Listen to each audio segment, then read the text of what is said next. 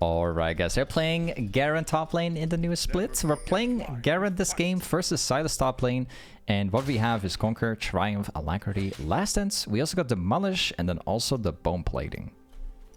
Now today we actually run into a very rare matchup. I don't typically see a Silas top lane, but I always have a very big joy like playing against it.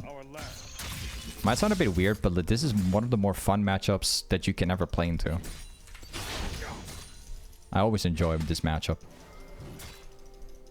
Let's see if we can get the shove early on. I've taken my Q so I could do like an auto Q. However, E would also function very greatly here. Okay. I should, in theory, be able to win the 1v1 if I stay behind the wave itself and don't get hit by the ability. I win this. There you go. So, the way how you win the matchup is incredibly simple with Garen. Just like any other matchup, your E functions as a tool to get an advantage early on. Because if you trade your opponent with E as Garen, you not only trade your opponent with it, but you're also forcing the wave into your opponent at the same time. Which gives you level 2 into level 3 much faster than your opponent. So, most of the time, you're going to end up getting a level advantage by slow pushing the wave. Right as you trade. Very nice. So keep that in mind as you play Garen. Use your E effectively to try and get level 3 first or level 2. It's one of the best advice I can give, honestly. Sidestep. I don't think I get to shove that in. I'm just gonna walk back. Maybe I can turn? Possibly.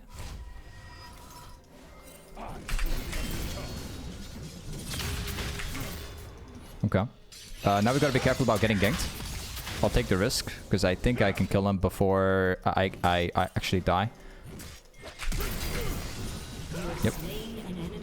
Now we just need to shove this in. Ivan is showing in mid, so there's no jungle involved, which means we're safe.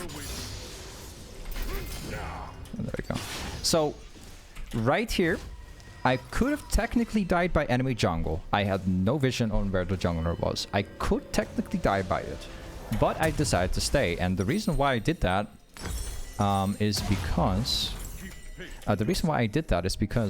if Ivern decided to gank my lane, and he would come from here to here, when Silas is like 200 HP, I can just flash on Silas, I hit my silence, and then I kill him. So even if I get ganked, it would be a 1v2 scenario where I would actually win. Because I kill Silas... and, you know, I could basically waste the time with the jungle. It would not be worth it for them. So, I took a risk, and it was worth it, because I still end up killing him. And now we gotta be careful, right? Because even though we are 2-0, the wave is pushing into me, and it's, like, way too massive. So we're just gonna see if we can hold the wave. To the left. Oh. Okay. Still got the cannon. Pretty good. Now we have the advantage again, because the wave is now slow pushing into Silas. Plus we have Warwick on the way, so I'm just gonna go in. Nice, okay, so... I'll keep positioning to the right side, so he has no way to escape. And now we shove this in.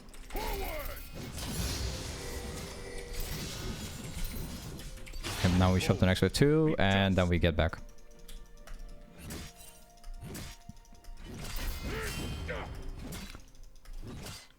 And now we push.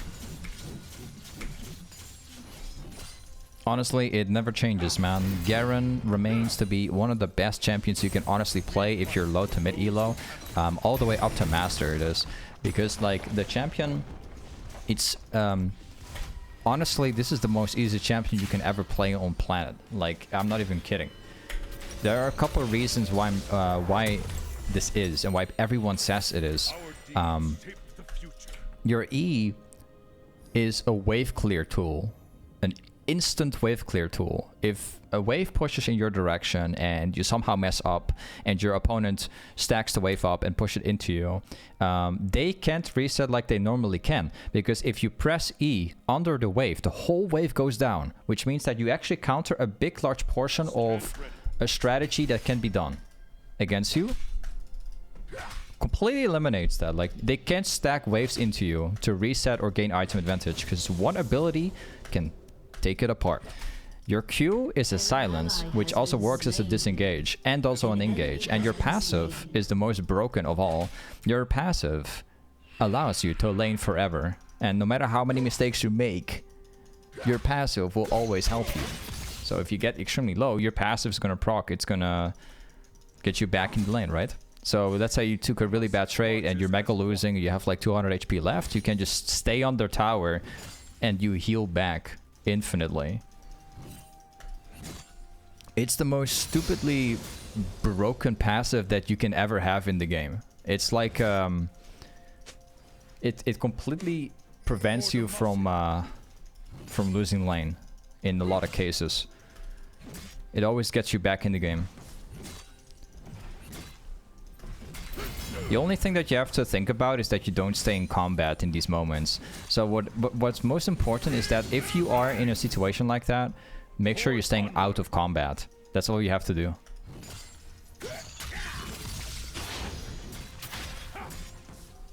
That's like probably the main reason why people in high elo hate Garen. Like, it's the most stupid passive in the entire game. Takes 0 skill. You just heal back infinitely forever. So there's always comeback potential in the lane. So even if you run into like a ranged matchup, as long as the passive procs at some point, you'll just be healing back anyway. We have the advantage now because we're level 7 and he is level 6. I'm instantly cancelling my E. Okay, I'm going in. I don't care if my Q is like 3 seconds.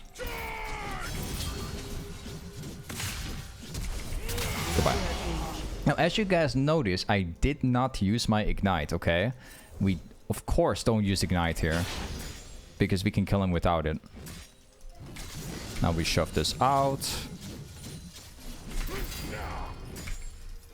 Very good. Alright. We're just going to be proccing the tower once.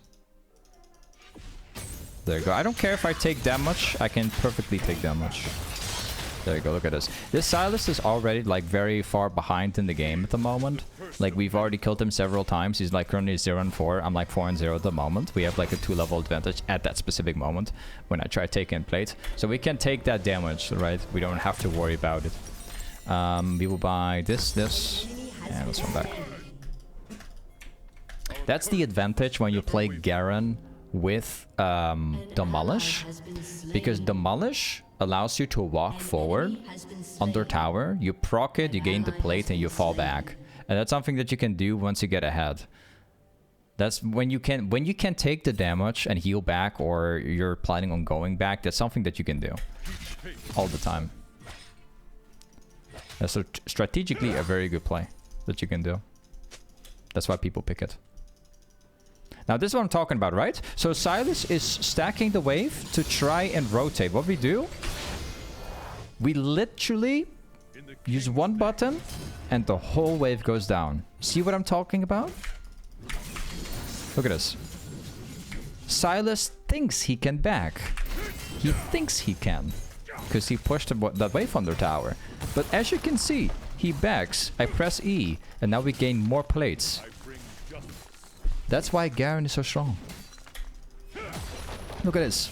I get 2 plates for free when he backs. Just because I have this ability, right? It's so stupidly broken. It's the only champion in the entire game who is able to do this. It's... You literally don't need a brain for it.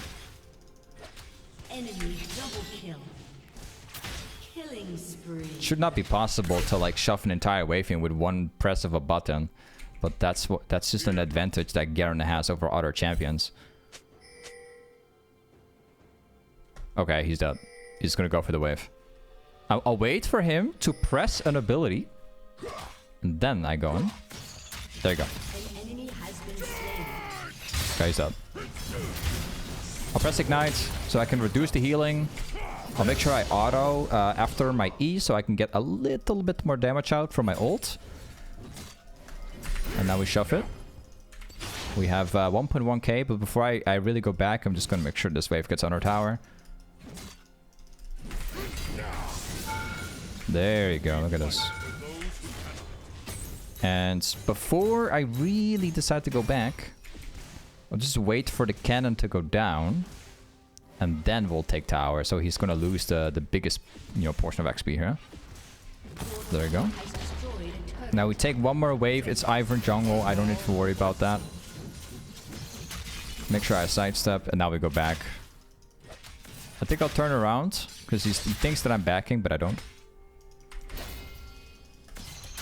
There you go. I'll keep positioning to the right side so there's nowhere to escape. And there you go, got him again. Super simple. Now since we killed the Silas and Ivern is showing in mid, I'm just gonna push this out too for efficiency. And I'm not gonna touch tower because we have 2,300. It's better if we go back than taking tower because we have too much gold. This tower is very meaningless. I'm probably not able to take it because I don't have enough damage for it now. Let's go into Phantom Dancer. There you go. And also the blue trinket. And let's go top. So guys, do you see now what I mean with Garen, right? With one press of a button, you can completely change the entire outcome of the laning phase, and you can get so many advantages from it. It's ridiculous.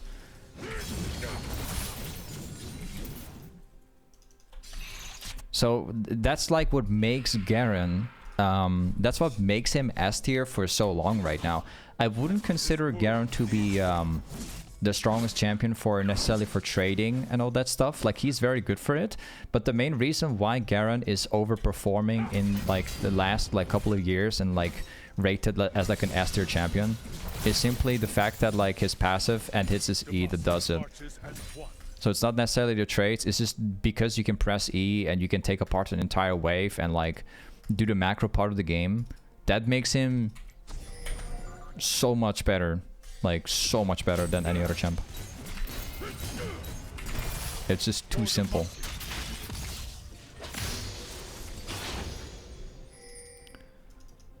The camps are gone.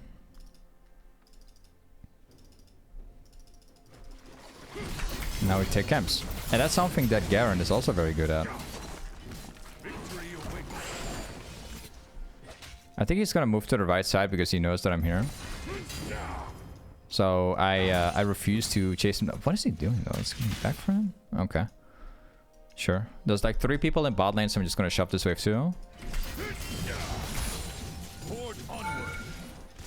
Very good. I might take the tower down because Silas is actually going for the other wave. See if I can farm between towers. Okay. Let's wait for the wave to arrive. Because 3 of them are dead, there's only 1 guy showing. Should be okay. Nice. We walk out.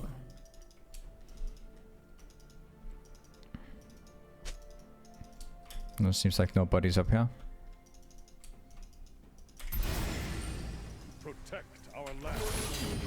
And let's just take another one.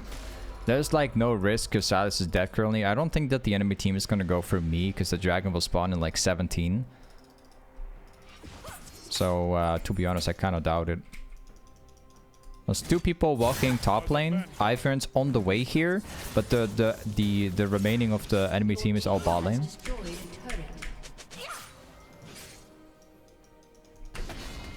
Okay, smart guy.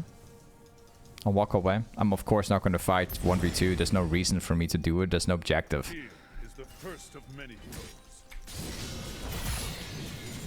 There's literally no objective for me to like fight this stuff. There's no reason for it. I could maybe try and take tower down. Maybe I can stay though, because the dragon is there. They're going to be fighting for the dragon. So what I can maybe do is kill the Katarina now. And then this will force a better fight for my team. Since Katarina will stay. Of course, this guy doesn't beat me. I can probably dive him under tower, actually. Alright, let's go.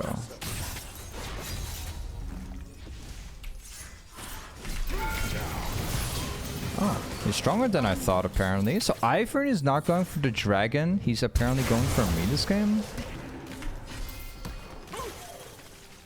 I mean, pretty smart from the enemy team, so they just ignore the dragon entirely. Okay. So the enemy team completely ignored the entire dragon to force 5 people topside, I guess. I'm not sure. Be my guess. We just got a dragon for free, so... Whatever. I think that my next item is going to be specifically a mortar reminder. Your team has destroyed a Take 2 long swords.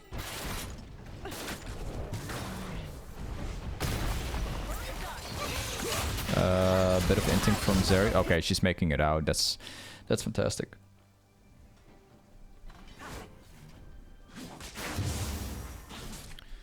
I think we're gonna run back top, but before I do, I'm actually gonna run bot lane because the Baron will spawn in 2 min 30. I want to be topside, but we'll go bot lane for Baron buff. I'll take some jungle camps with me at the same time. There you go.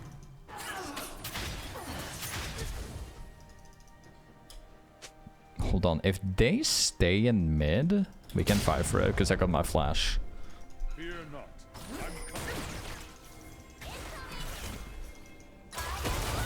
Yeah, it's definitely dead.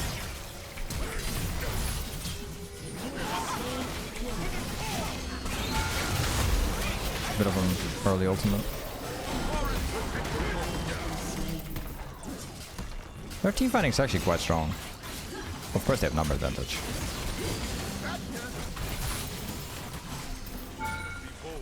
Let's go bot lane again. The mortar reminder will do very greatly soon because they have some healing.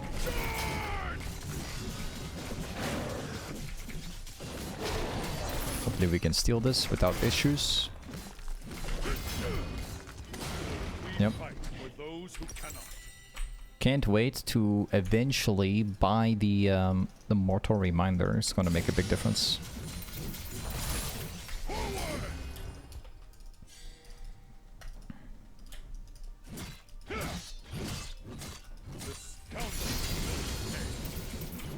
Hold up, I think I might not reset soon yet. Hold up. Silas is in top lane. I'm gonna push another wave because most of them are mid. One guy is top side, so if I shove this in, someone has to farm it.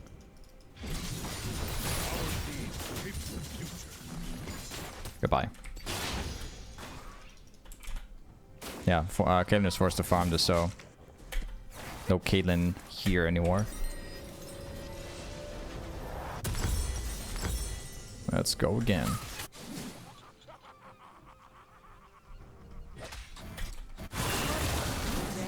Oh yeah, my teammates are outnumbered in mid lane, so it makes sense that the enemy team is fighting them.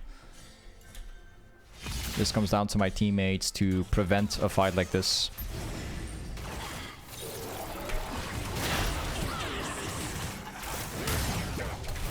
Yeah, goodbye.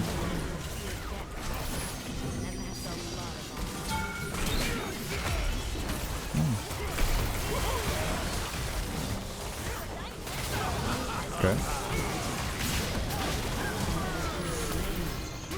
What a strange fight for me. Most of them get away somehow.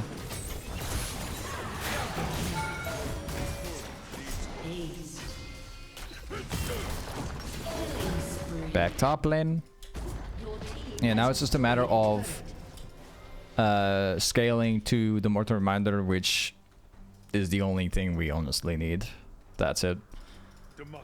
The stridebreaker Phantom Dancer into mortar reminder build doesn't need more items after. That's like everything you would need in one build. Everything else, you can build more tanky, you can go for more damage. It doesn't really matter. Whatever you want. Let's go.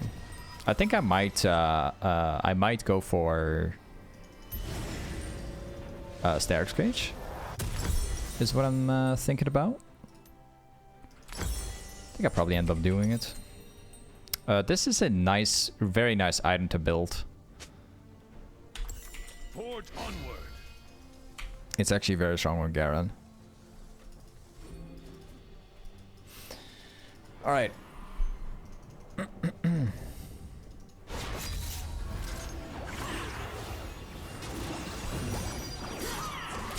Morgana's dead. Pretty good. Silas is top lane. Push another wave so we can make space on the map. Morgana's already dead, so that means that Dragon is secured because Silas is also top. We outnumber these people.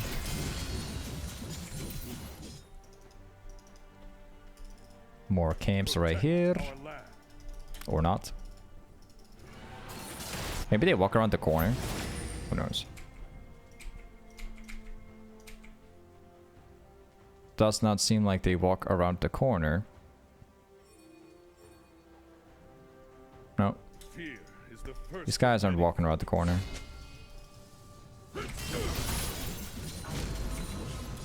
However, maybe this one? Your turret has been No, destroyed. okay. The Katarina is staying down there, which means that Baron should be secured because we can rotate before Katarina can. We outnumber these people. I'm on the way. This will be a win. Our I'll be there courage before must never win. before Katarina makes it. Okay. Very well done.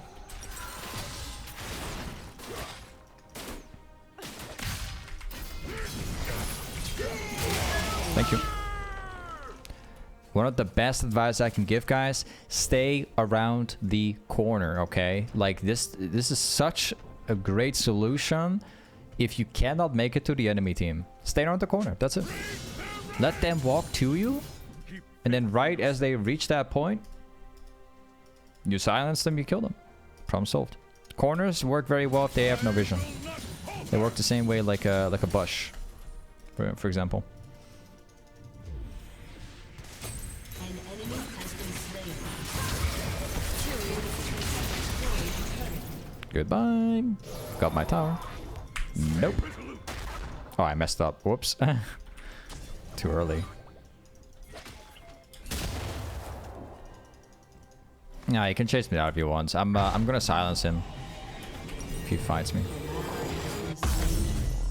On to the next item. We need to have one more item, and I think this might be a Sundered Sky, or we can go into the new item, which is Overlord. Although I don't think it's very good here. That is the last item we actually. Most of our build is not around HP. Fear not. I'm coming. That's why I'm not thinking about it at the moment. An ally has been slain.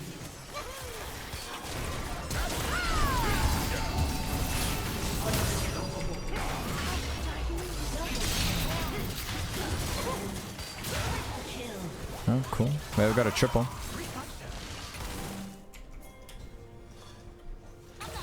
Well, this game is decided.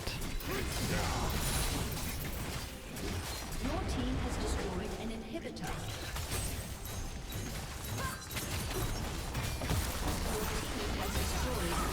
Goodbye. Yeah, man, I love Garen. I don't know.